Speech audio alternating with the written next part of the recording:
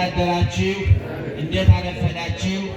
በየጊዜው በየቦታው በየምክንያቱ መስማት በምንችለው ልክ የሚነግረን መኖር በምንችለው መጠን የሚያስተምረን የምስጢርና የጥበብ ባለቤት ትናንት የነበረ ዛሬ ያለ ለዘላለምም መኖሩን አፋችንን ሞልተን የምንመሰክርለት የመሰከርንለት ልባችንን ሞልተን ያመንነውና የምናምነው የአባቶቻችን አምላክ ልዑለ ባሕርይ እግዚአብሔር እስከ ዛሬ ስላደረገው በጎ ነገር ወደፊት ሊያደርግልን ስላዘጋጀው መልካም ነገር ሁሉ ሕያው ቅዱስና ዘላለማዊ ስሙ ይክበር ይመስገን፣ ይክበር ይመስገን፣ ይክበር ይመስገን።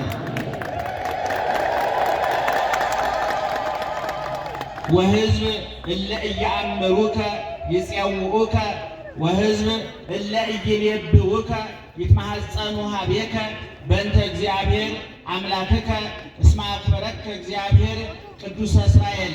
የእስራኤል ቅዱስ እግዚአብሔር አክብሮሃልና ስለ አምላክህ ስለ እግዚአብሔር የማያውቁ ሕዝብ ይጠሩሃል፣ የማያስተውሉም ሕዝብ ወደ አንተ ይሮጣሉ፣ በአንተ ይማጸናሉ።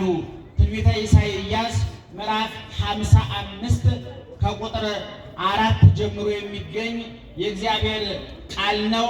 ለሚቀጥሉት 17-18 ደቂቃዎች ይህን ቃል መሰረት በማድረግ ካጠር እንዳንወጣ ትዝ ያለን እንዳንናገር በመላ በግምት እንዳናወራ አጥር ቅጥሮ ነው የሚጠብቀኝ የእግዚአብሔር ቃል አሁን የነገርኳችሁ ነው። ምስጢሩን ጥበቡን ይግለጥልን፣ ጆሮአችሁን ይክፈት፣ አንደበታችንን ይፍታ። በመላ በግምት በይመስለኛል በሳይሆን አይቀርም የግል ሀሳባችንን እንዳናፈስባችሁ ጆሮአችሁን ይጠብቅ እግዚአብሔር።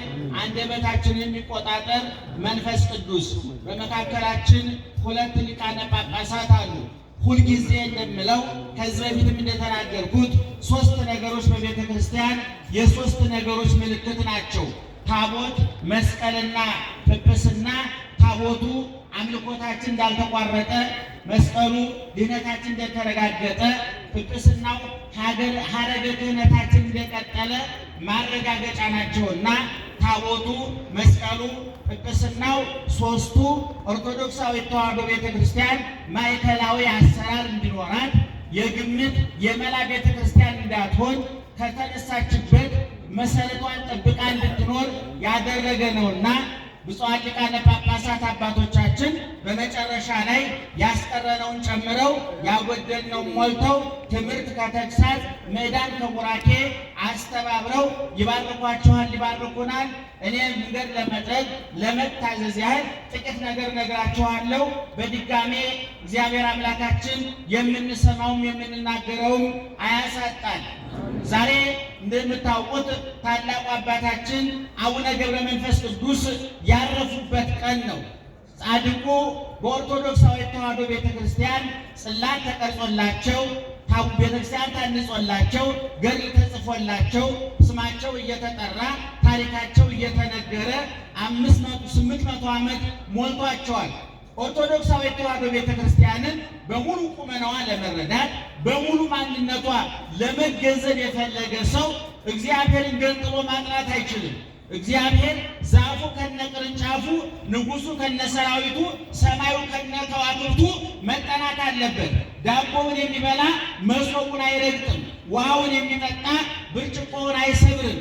ስለዚህ ኦርቶዶክሳዊ ተዋሕዶ ቤተክርስቲያን ድንግል ማርያም መሶብ ናት፣ እግዚአብሔር ዳቦ ነው። ድንግል ማርያም ደመና ናት፣ እግዚአብሔር ዝናብ ነው። ቅዱሳን አባቶቻችን ከዋክብት ናቸው፣ እግዚአብሔር ፀሐይ ነው። እኔ የወይን ግንድ ነኝ ያለ እግዚአብሔር ወዳጆቹን ቅርንጫፍ አድርጓቸዋል። እኔ የዓለም ብርሃን ነኝ ያለ እግዚአብሔር ለወዳጆቹ ከብርሃንነቱ ለቁሶባቸዋል፣ አቀጣጥሏቸዋል። እሱ በመስቀል የከፈተውን በር የበለጠ እንዲከፈት ብዙ ሰዎች እንዲገቡበት አስገቢና አስወጪ፣ አጽዳቂና ኮናኝ፣ ሰጭና ነሺ፣ ተቀባይና አቀባይ አድርጓቸዋል። ይሄ በምድር ያሰራችሁት በሰማይ የተፈታ ይሆናል፣ በምድር ያሰራችሁት በሰማይ የታሰረ ይሆናል። የመንግሥተ ሰማያትን ቁልፍ ሰጥቻለሁ ብሎ በቅዱስ ጴጥሮስ አማካኝነት ለመላው ወዳጆቹ ስልጣን ሰጥቷል እግዚአብሔር።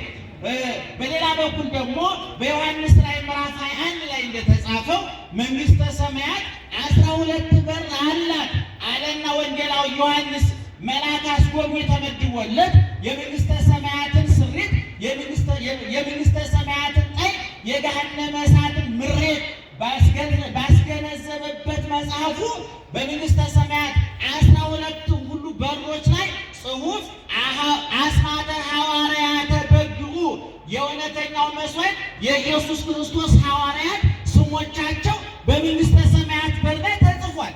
በመንግሥተ ሰማያት የመንግሥተ ሰማያት በር የኢየሱስ በር አይልም፣ የክርስቶስ በር አይልም፣ የሥላሴ በር አይልም። ሁሉን አንዞበት በር ላይ ይለጠፋል። እሱ ሁሉ የእሱ ሁሉ በእጁ ሁሉ በደጁ ነው። አድራጊ ፈጣሪ ነው። እግዚአብሔር ንፉግ አይደለምና ለወዳጆቹ ስልጣን ሰጥቷቸዋል። እሱ በባህሪ የሚያደርገውን በጸጋ ሰጥቷቸዋል።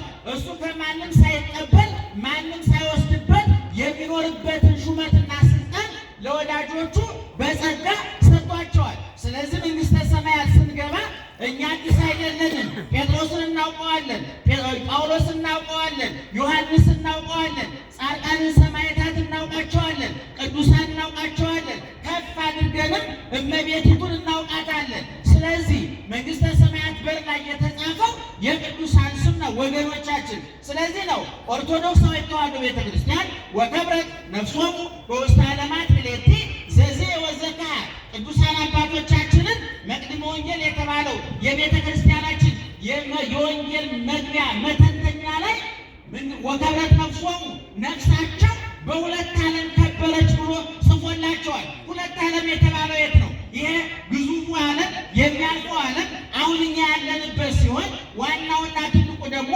ሞትን ተሻግረን ለምናገኘው ሕይወት መቃብርን አራግፈን ትተን ለምናገኘው ትንሣኤ ሰማያትን ከዋክብትን ደመናትን ረጋግጠን አልፈን ለምንነግስበት ሰማያዊ ዓለም የሁለተኛ ዓለም ይባላል። ቅዱሳን አባቶቻችን የሁለት ዓለም ባለጸጎች ናቸው። በወዲሁ ቤተክርስቲያን ታንጾላቸዋል፣ ጽላት ተቀርጾላቸዋል፣ ገድል ተጽፎላቸዋል፣ ድርሳን ተአምር ተጽፎላቸዋል፣ ጸበል ፈልቆላቸዋል።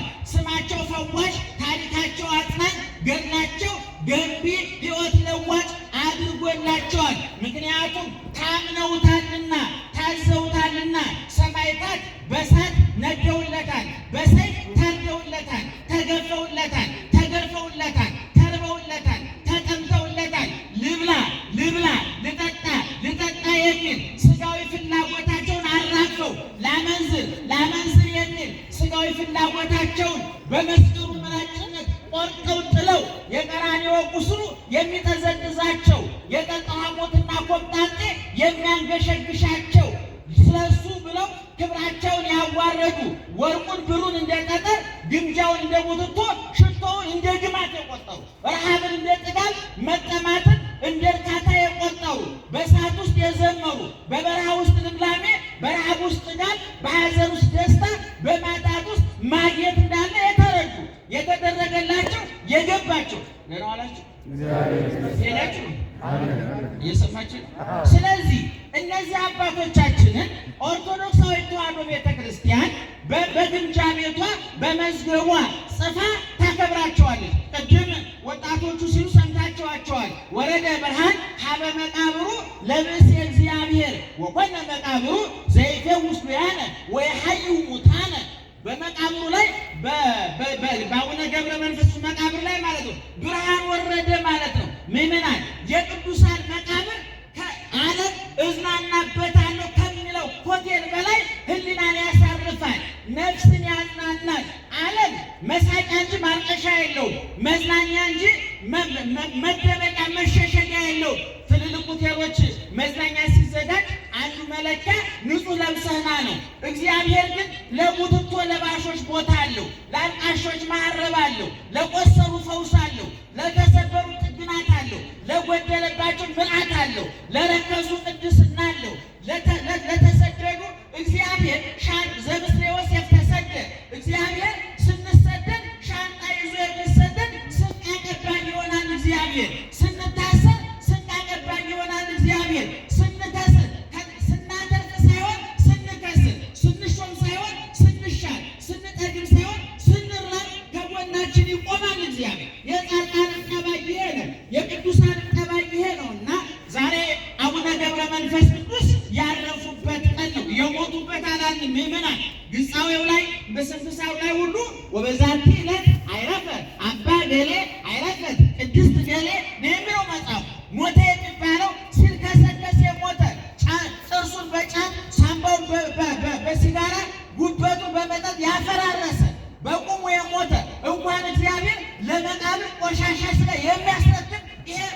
ይባላል።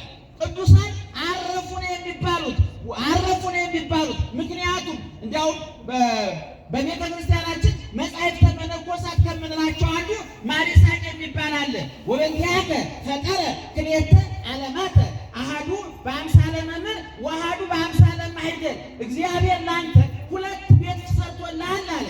ይሄኛው የዓለም መስሪያ ቤት ነው፣ መንግሥተ ሰማያት መኖሪያ ቤት ነው። ለቅዱሳን የዓለም መስሪያ ቤታቸው ነው፣ መኖሪያቸው መንግሥተ ሰማያት ነው። እኛ ግን መኖሪያ መስሪያ ምን አድርገነው ግባችን መብላት፣ ግባችን መጠጣት፣ ገንዘብ ማከማሸት፣ ሌላውን መጥፋት፣ ብር እስካገኘን ድረስ ሆዳችን እስከሞላ ኪሳችን እስከሞላ ስጋዊ ፍላጎታችን እስከተስተካከለ ድረስ ማን አለቀሰ፣ ማን አነባ፣ ማን ተበደለ፣ ማን ተገፋ የሚለውን አናይ።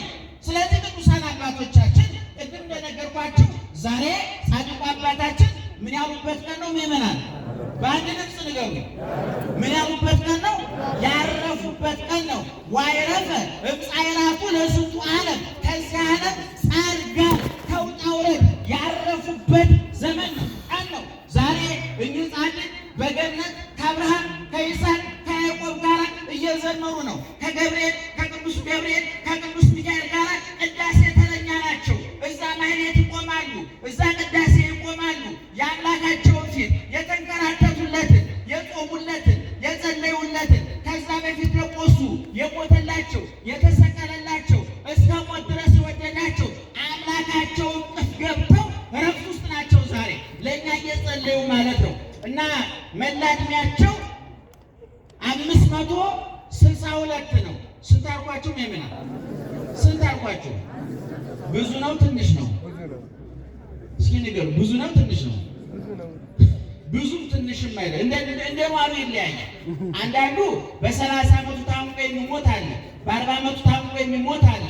562 ዓመት ሙሉ እግዚአብሔር ጋር መኖር ገብረ መንፈስ ቅዱስን መሆን ይጠይቃል። እኛ ይቺው ዕድሜያችን 70 እና 80 ዓመት በስታብን 50 60 ዓመት በስታብን እኮ ስንት ጊዜ ወርቀን ተነስተናል። ስንት ጊዜ እግዚአብሔርን አግኝተን አጥተነዋል፣ ቀርበን ርቀነዋል። ስንት ጊዜ አሳዝነንም አስደስተን እንኳን ብዙ አናውቅም። ስንት ጊዜ አሳዝነነዋል። 562 ዓመት ሙሉ እግዚአብሔር ጋር መኖር ትልቅ በረከት ነው።